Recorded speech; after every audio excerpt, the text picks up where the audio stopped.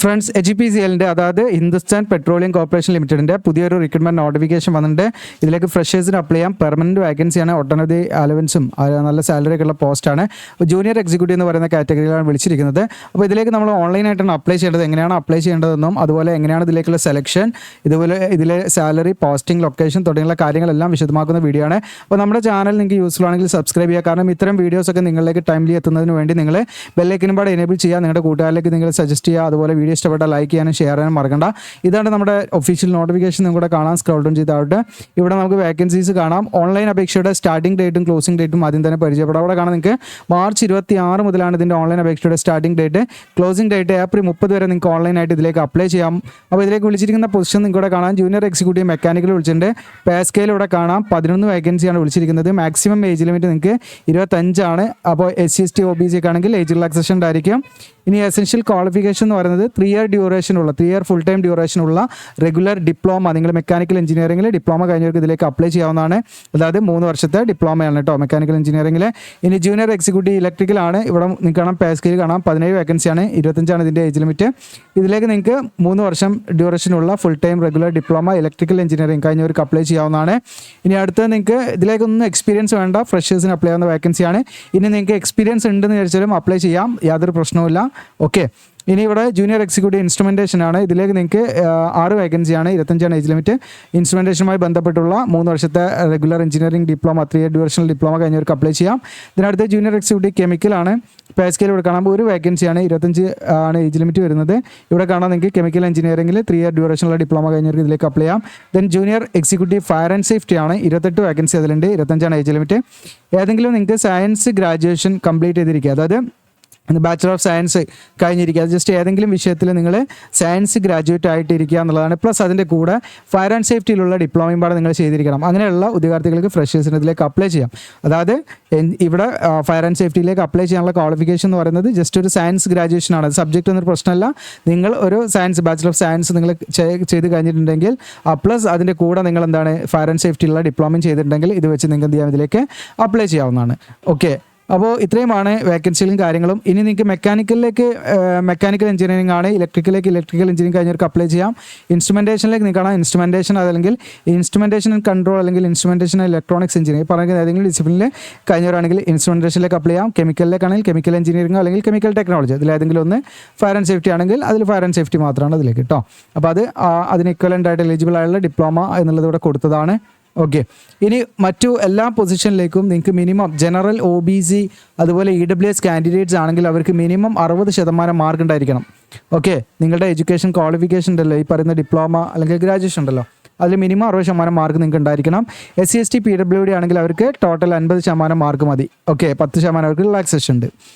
ഇനി ഇതിലേക്ക് short list ചെയ്യപ്പെടുന്നത് വിവിധ സ്റ്റേജസ് ആണ്. ഇവിടെ നിങ്ങൾക്ക് കമ്പ്യൂട്ടർ ബേസ്ഡ് എക്സാം ആണ് ആദ്യം ഉണ്ടായിരിക്കുക. അത് കഴിഞ്ഞിട്ട് നിങ്ങളെ ഗ്രൂപ്പ് ടാസ്ക്, അതുപോലെ തന്നെ ഗ്രൂപ്പ് ഡിസ്കഷൻ അല്ലെങ്കിൽ സ്കിൽ ടെസ്റ്റ് അല്ലെങ്കിൽ പേഴ്സണൽ ഇൻ്റർവ്യൂ, ഇങ്ങനെ പറഞ്ഞിരിക്കുന്ന വിവിധ സെലക്ഷൻ മെത്തേഡുകളുണ്ട്.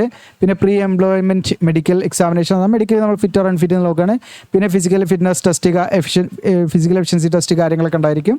അപ്പോൾ ഇങ്ങനെയാണ് ഇതിൻ്റെ ഒരു സെലക്ഷൻ മെത്തേഡ്. ആദ്യം തന്നെ നിങ്ങൾക്ക് എക്സാം ആണ് ഉണ്ടാകുക. അത് ക്വാളിഫൈ ചെയ്ത് കഴിഞ്ഞാൽ മാത്രമേ ഗ്രൂപ്പ് ടാസ്കും ഈ പറയുന്ന ഗ്രൂപ്പ് ഡിസ്കഷൻ, സ്കിൽ ടെസ്റ്റ് അല്ലെങ്കിൽ ഈ പറയുന്ന ഇൻ്റർവ്യൂ ഒക്കെ ഉണ്ടായിരിക്കുള്ളൂ. അപ്പോൾ അതിൽ കമ്പ്യൂട്ടർ ബേസ്ഡ് എക്സാമിനേഷനിൽ നിങ്ങൾക്ക് ജനറൽ ആപ്റ്റിറ്റ്യൂഡാണ് വരുന്നത്. അതിൽ നിങ്ങൾക്ക് ഇംഗ്ലീഷ് ലാംഗ്വേജ്, ക്വാണ്ടിറ്റേറ്റീവ് ആപ്റ്റിറ്റ്യൂഡ്, അതുപോലെ ഇൻ്റലക്ച്വൽ പൊട്ടൻഷ്യൽ ടെസ്റ്റ്, ഇങ്ങനെയൊക്കെയാണ് അതിൽ വരിക. ഓക്കെ, ഇതിൽ പിന്നെ രണ്ടാമത്തെ കാറ്റഗറി പേപ്പർ വരുന്നത് ടെക്നിക്കൽ അല്ലെങ്കിൽ പ്രൊഫഷണൽ നോളജ് ആണ്. അത് നിങ്ങളുടെ ഡിഗ്രി അല്ലെങ്കിൽ ഡിപ്ലോമയുടെ ക്വാളിഫിക്കേഷനുമായി ബന്ധപ്പെട്ട് നിങ്ങളുടെ ഏതാണോ നിങ്ങളുടെ ഡിസിപ്ലിൻ അത് റിലേറ്റഡ് ഉള്ള ക്വസ്റ്റ്യൻസ് ആണ് അതിൽ വരിക. ഓക്കെ, അതിൻ്റെ വെയിറ്റേജ് ഒന്നും അതിൽ കൊടുത്തിട്ടില്ല. ഡീറ്റെയിൽഡ് സിലബസ് അവർ പിന്നീട് അറിയിക്കുന്നതാണ് പറഞ്ഞിരിക്കുന്നത്. അപ്പോൾ ഇതിൽ നിങ്ങൾക്കൂടെ കാണാം, ഇതിലേക്ക് നിങ്ങൾ കമ്പ്യൂട്ടർ ബേസ്ഡ് ക്വാളിഫൈ ചെയ്ത് കഴിഞ്ഞാൽ മാത്രമേ ഗ്രൂപ്പ് ടാസ്ക് അല്ലെങ്കിൽ ഗ്രൂപ്പ് ഡിസ്കഷൻ ഇൻ്റർവ്യൂവിനൊക്കെ നിങ്ങളെ വിളിക്കുകയുള്ളൂ എന്ന് പ്രത്യേകം ശ്രദ്ധിക്കുക. ഓക്കെ, പിന്നെ ഇതിൻ്റെ ബെനിഫിറ്റ്സ് കാര്യങ്ങൾ നമ്മൾ പറഞ്ഞപ്പോൾ ഇതിൻ്റെ CTC വരുന്ന ഏകദേശം 10.58 ലാക്കാണ്. അപ്പോൾ നിങ്ങൾക്ക് മന്ത്ലി എല്ലാ അലവൻസൊക്കെ കൂടിയിട്ട് നിങ്ങൾക്ക് എന്താണ് ഒരു 90 അല്ലെങ്കിൽ നിയർ 80-90 ഒക്കെ ആയിട്ട് 1000 നിങ്ങൾക്ക് എന്താണ്, അതായത് 80,000-90,000 ഒക്കെ ഇടയ്ക്കൊക്കെ ആയിട്ട് സാലറി പ്രതീക്ഷിക്കാവുന്ന വേക്കൻസിയാണ്. അത് മാത്രമല്ല ഒട്ടനവധി അലവൻസ് കാര്യങ്ങളിലൂടെ പറയുന്നുണ്ട്. പിന്നെ ഇതിലേക്ക് നിങ്ങൾക്ക് പ്ലേസ്മെൻറ്റ് ഓഫ് പോസ്റ്റിംഗ് ആണ്. നമുക്ക് ഇന്ത്യയിൽ എവിടെ വേണമെങ്കിലും നമ്മളെ പ്ലേസ് ചെയ്യാം. അതായത് ഇവരുടെ റിഫൈനറീസ് ഉണ്ട്, ഇവരുടെ വിവിധ ഡിപ്പാർട്ട്മെൻറ്റ് ഉണ്ട്, അവിടെയൊക്കെ വേണമെങ്കിൽ എവിടെ വേണമെങ്കിലും നമ്മളെ പ്ലേസ് ചെയ്യാന്നുള്ളതാണ്. അപ്പോൾ നമുക്ക് കേരളത്തിൻ്റെ പുറത്ത് എവിടെ വേണമെങ്കിലും നമ്മളെ പോസ്റ്റ് ചെയ്യാന്നുള്ളത് നിങ്ങൾ മനസ്സിലാക്കുക. പിന്നെ മറ്റു കാര്യങ്ങളിലേക്ക് നമുക്ക് നോക്കാം. ഇതിലേക്ക് ഞാൻ പറഞ്ഞു SC/ST ആണെങ്കിൽ 5 വർഷം ഏജ് റിലാക്സേഷൻ ഉണ്ട്. OBC NCL ആണെങ്കിൽ 3 വർഷം, ദെൻ PWD ആണെങ്കിൽ 10 വർഷം, 10 മുതൽ 15 വർഷം വരെ ഏജ് റിലാക്സേഷൻ ഉണ്ട്. ഓക്കെ, ഇനി നമുക്ക് മറ്റു കാര്യങ്ങളിലേക്ക് അപ്ലിക്കേഷൻ ഫീ ഉണ്ട്. ഇതിലേക്ക് SC/ST PWD കാൻഡിഡേറ്റ്സ് ആണെങ്കിൽ അവർക്ക് യാതൊരുവിധ ഫീസും കൊടുക്കേണ്ട, അവർക്ക് ഫ്രീ ആയിട്ട് ഇതിലേക്ക് അപ്ലൈ ചെയ്യാം. എന്നാൽ OBC അതുപോലെ EWS അതുപോലെ ജനറൽ കാൻഡിഡേറ്റ്സ് ഒക്കെ ആണെങ്കിൽ അവർക്ക് 1150 രൂപ ഫീ ഉണ്ട് കേട്ടോ അവർക്ക്. ഓക്കെ, പിന്നെ നിങ്ങൾക്ക് ഓൺലൈനായിട്ട് തന്നെ ഫീ അടയ്ക്കാവുന്നതാണ്. നെറ്റ് ബാങ്കിങ്, UPI, ക്രെഡിറ്റ് കാർഡൊക്കെ ഉപയോഗിച്ചിട്ട് ഫീ അടയ്ക്കാവുന്നതാണ്. ഓക്കെ, അപ്പോൾ ഇത്രയാണ് പ്രധാനമായിട്ടും നോട്ടിഫിക്കേഷൻ റിലേറ്റഡ് ആയിട്ടുള്ള കാര്യങ്ങൾ വന്നിരിക്കുന്നത്. ഇനി നമുക്കിതിലേക്ക് എങ്ങനെയാണ് അപ്ലൈ ചെയ്യേണ്ടതെന്ന് വെച്ചാൽ നമ്മുടെ വീഡിയോയുടെ ഡിസ്ക്രിപ്ഷനിൽ ഞാൻ അപ്ലൈ ചെയ്യുന്ന ലിങ്ക് തരാം. കാരണം HPCL റിക്രൂട്ട്മെൻറ്റ് എന്നിട്ട് നമ്മുടെ പേജിലേക്ക് വരും. താഴെ സ്ക്രോൾ ഡൗൺ ചെയ്യാം നിങ്ങൾ. ഓക്കെ, ഇവിടെ കാണാം നിങ്ങൾക്ക് നോട്ടിഫിക്കേഷൻ ഇവിടുന്ന് ഡൗൺലോഡ് ചെയ്യാം. അപ്ലിക്കേഷൻ ഫോം എന്ന് പറഞ്ഞിട്ട് ഇവിടെ കാണാം, അതിൽ ക്ലിക്ക് ചെയ്യാം. അപ്ലിക്കേഷൻ ഫോം എന്നുള്ളതിൽ ക്ലിക്ക് ചെയ്യുന്ന സമയത്ത് നമുക്ക് ഈ ഒരു പേജാണ് വരിക. നിങ്ങൾക്ക് ഇവിടെ കാണാം HPൻ്റെ ലോഗോ കാര്യങ്ങളൊക്കെ ഉണ്ട്, ഹിന്ദുസ്ഥാൻ പെട്രോളിയം കോർപ്പറേഷൻ ലിമിറ്റഡ് എന്ന് പറഞ്ഞിട്ട്. ഇതിൽ നിങ്ങൾക്ക് ഇവിടെ കാണാം സൈനിങ് എന്നുള്ള ഭാഗം. അപ്പോൾ നമ്മൾ ഓൾറെഡി രജിസ്റ്റർ ചെയ്ത് കഴിഞ്ഞാൽ നമുക്ക് സൈനിങ് ചെയ്യാൻ പറ്റുള്ളൂ. അപ്പോൾ ആദ്യം നമ്മൾ എന്ത് ചെയ്യണം, സൈനപ്പ് എന്നുള്ള ഭാഗമാണ് ഏറ്റവും അടിയിൽ കാണാം, ഒരു ബ്ലൂ കളറിൽ സൈനപ്പ് ഫോർ ന്യൂ രജിസ്ട്രേഷൻ എന്നുള്ളത് ക്ലിക്ക് ചെയ്യാം. അങ്ങനെ ക്ലിക്ക് ചെയ്തിട്ട് പേജ് ലോഡായി വരും. ഇത് നിങ്ങളുടെ പേഴ്സണൽ ഡീറ്റെയിൽസ് അങ്ങനെ ഫില്ല് ചെയ്തിട്ട് നിങ്ങൾ നെക്സ്റ്റ് രജിസ്റ്റർ എന്ന് കൊടുത്ത് അങ്ങനെ പോവാണ് വേണ്ടത്. ഓക്കെ, അപ്പോൾ ഇത് നമ്മൾ ഓൺലൈൻ ഫോം ഫില്ലിംഗ് വീഡിയോ ചെയ്യണമെങ്കിൽ നിങ്ങൾ കൂടുതൽ കമൻറ്റ് ഉണ്ടെങ്കിലൊക്കെ ചെയ്യാം. പിന്നെ നിങ്ങൾക്ക് താങ്ക്സ് ബട്ടൺ യൂസ് ചെയ്തിട്ട് നിങ്ങളുടെ ഡിമാൻഡ് അങ്ങനെയാണെങ്കിൽ നമ്മൾ അനുസരിച്ച് ചെയ്ത് കാണിച്ചു തരും. അപ്പോൾ നിങ്ങൾക്ക് അതും യൂസ് ചെയ്യാവുന്നതാണ്, നമ്മുടെ ചാനൽ സപ്പോർട്ടാവും. ഓക്കെ, പിന്നെ നിങ്ങൾ കൂടുതൽ കമൻറ്റ് ഉണ്ടെങ്കിൽ അതല്ലാതെ തന്നെ നമ്മൾ ചെയ്യാം. കാരണം ഇതിൽ നമ്മൾ നല്ല എഡിറ്റിംഗ് ഒക്കെ ചെയ്യേണ്ടി വരും. അതുകൊണ്ടാണ് ഫോമൊക്കെ ഫില്ല് ചെയ്ത് ഒരുപാട് ടൈം അതിൽ നമ്മൾ ഇൻവെസ്റ്റ് ചെയ്യണം. അപ്പോൾ അതുകൊണ്ട് തന്നെ നിങ്ങൾ പ്രോപ്പറായിട്ട് കൂടുതൽ കമൻറ്റ് ഉണ്ടെങ്കിൽ അത് ചെയ്യാം. അതല്ല നിങ്ങൾ ഓരോ വീഡിയോയുടെ അടിയിലും താങ്ക്സ് ബട്ടൺ യൂസ് ചെയ്തിട്ട് നിങ്ങളെ കമൻറ്റ് ഹൈലൈറ്റ് ചെയ്താൽ മതി. അപ്പോൾ അങ്ങനെയാണെങ്കിൽ നമ്മളത് തീർച്ചയായിട്ടും അത് ചെയ്തുതരാം.